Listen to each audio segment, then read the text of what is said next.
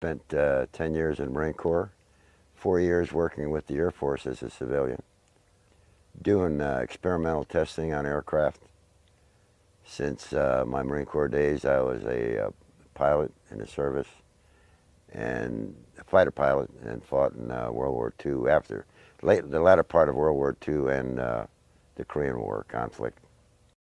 After I got out of the Marine Corps, I took a job with the Air Force at Wright-Patterson, doing experimental flight testing on various different modifications and tech orders that they had incorporated into aircraft, various different aircraft, F-89, back then the B-47, F-102, and those aircraft. While I was at Wright-Patterson, of course, I was approached by an individual that, and I'm not going to mention his name, to determine if I wanted to work in an area on just new creative things, okay? And apparently that was the flying disc simulator. What they had done, they had selected several of us, and they reassigned me to Link Aviation, which was a simulator manufacturer. At that time, they were building what they call the C-11B and F-102 simulator, B-47 simulator, and so forth. And they wanted us to get the experience before we actually started work on the flying disc simulator, which I spent 30-some years working on. The simulator wasn't actually functional until around 1958, where the simulator was actually operable. Craft that they used to build, which is a 30-meter one, was the one that crashed in Arizona, Kingman, Arizona, back in 53 or 52. I think it was 53. That's the one they used. That's the first one that they took out to the test site. It landed about 15 miles from, which used to be an Army air base, which is now a defunct Army base. I forget, I can't recall the name of it. But that particular craft, there were some problems with, number one, getting it on the flatbed to take it up to Area 51. They couldn't get it across the dam because of the road. It had to be barged across the, the Colorado River at the time, and then taken up to where people go now, up 93, out to Area 51, which was just being really constructed at the time, and taken down those dirt roads and out to that particular area of the test site. There were 4 aliens aboard that thing, and those aliens went to Los Alamos, and they put certain people in there with them, people that were astrophysicists, just general scientists, to ask them questions. The way the story was told to me was there was only one of them that would talk to any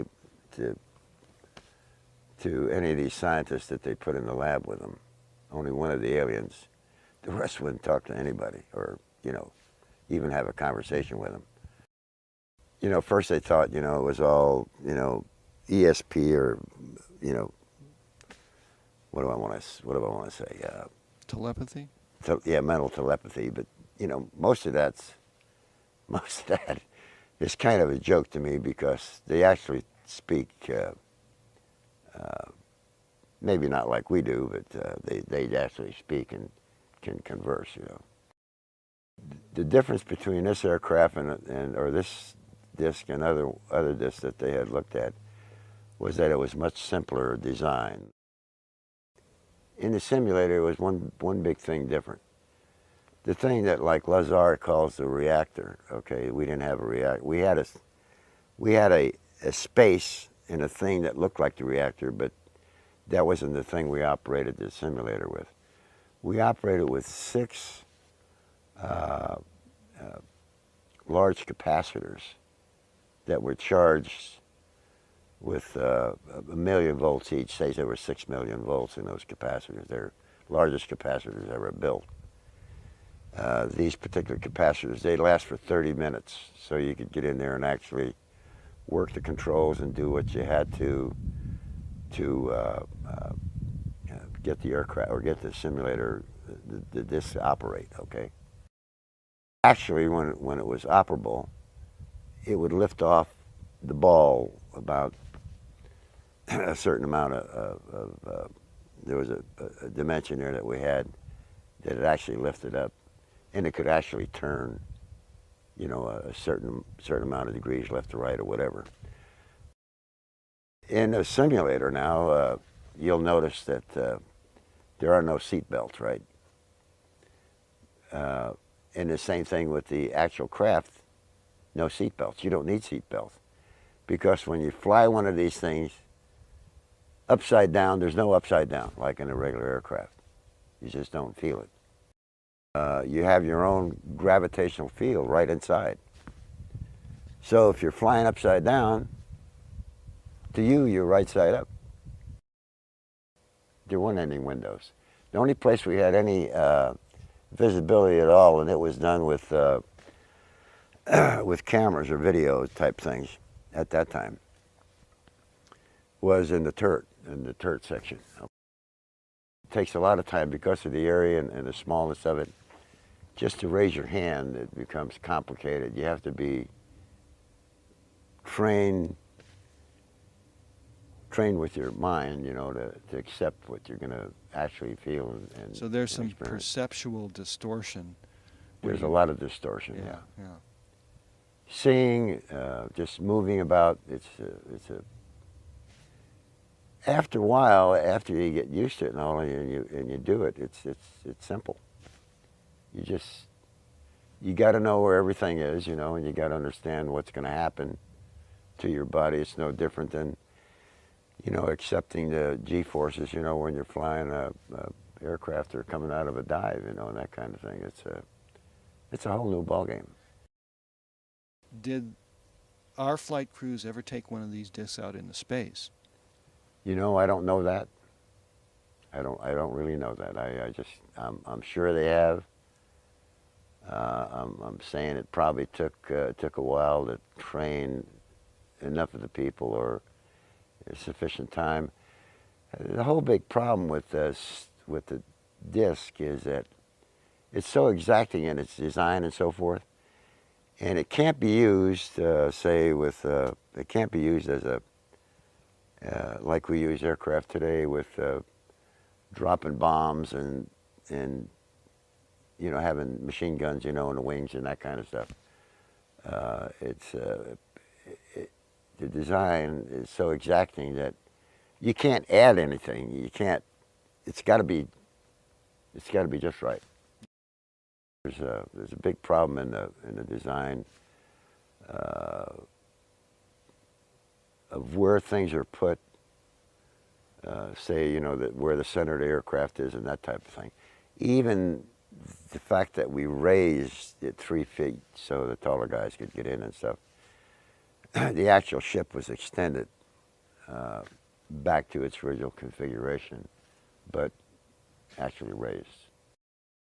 We had a long period of introduction into meeting, you know, say an EVE, an alien.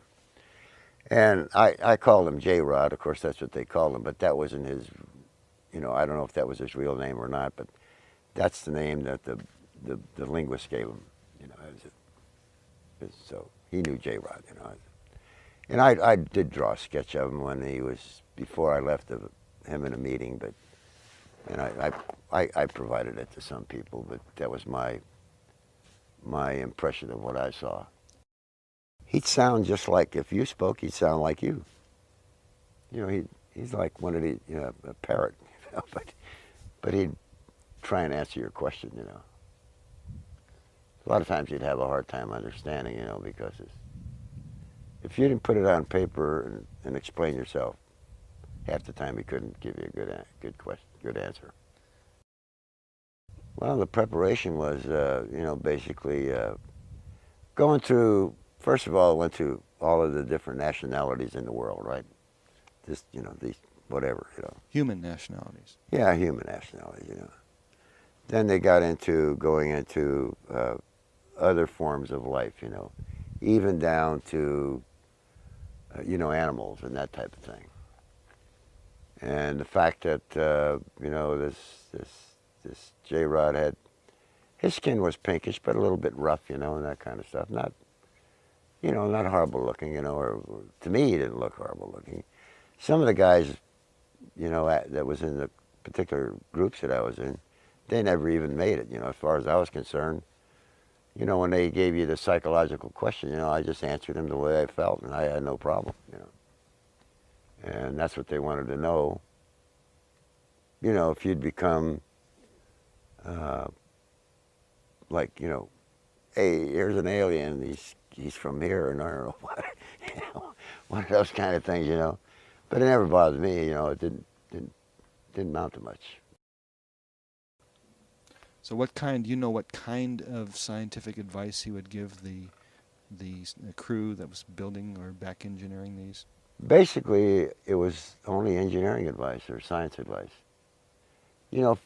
Say for example, I performed the calculation, and I spoke of a book that, it's not a book, it's a big assembly of various different divisions of on gravitational technology, okay? And the key element in there, all the information wasn't there, because even our guys, our people that were the top mathematicians and stuff, couldn't figure some of this stuff out. So we would take it, and then we'd have to, with each design, there's a requirement for calculations, and we'd have to prove by calculations, that this thing's going to operate, no different than anything else we do. And sometimes you get into a spot where you try and try and try, and even if you use the formulas to come up with this thing that they'd provide you, it wouldn't work. And that's where he'd come in, to tell him to look at this and see what we did wrong. The last 40 years or so, or 60 years, maybe there's, I'd say 40 years anyway, not counting the simulators, I'm talking about actual craft, there's probably maybe 2 or 3 dozen, various different sizes. That we've built? Or that we have that we built. Okay. I don't know much about the ones that, that they brought here. I know about that one out of Kingman, but that's about it. And I know the company that hauled it out of there and who's out here now. A couple different versions that they used. One was a chemical version, one was a solid version. And I don't even know the chemistry of the chemical version. But there's one that operates with under chemicals, with certain chemicals. Actually, what they've done with, I think, with these triangles that people have seen is they've got like 2 or 3 of, say, a 30-meter crafts that are in the center of it. And the outside perimeter, you could put anything you want as long as these particular ones meet the design criteria, and they'll operate. Then it's more or less all that other stuff on the outside is tag along. Mm-hmm. But I'm sure if they put a large weapon up there and fired it, it would probably, not work, or they'd kill themselves. There are certain reasons for the secrecy. I could understand that, no different than, the first atomic bomb that they built. But, they're getting so far ahead now with aircraft design, and people have come up and they're visualizing and seeing some of the design aspects that are put in some of the aircraft today. And eventually, I'm saying, like I told you gentlemen earlier, that 2003, most of this stuff will be out in everybody's plate to look at. Maybe not the way that everybody expects it, but in some manner they determine appropriate, to show everybody, hey, look at what we got.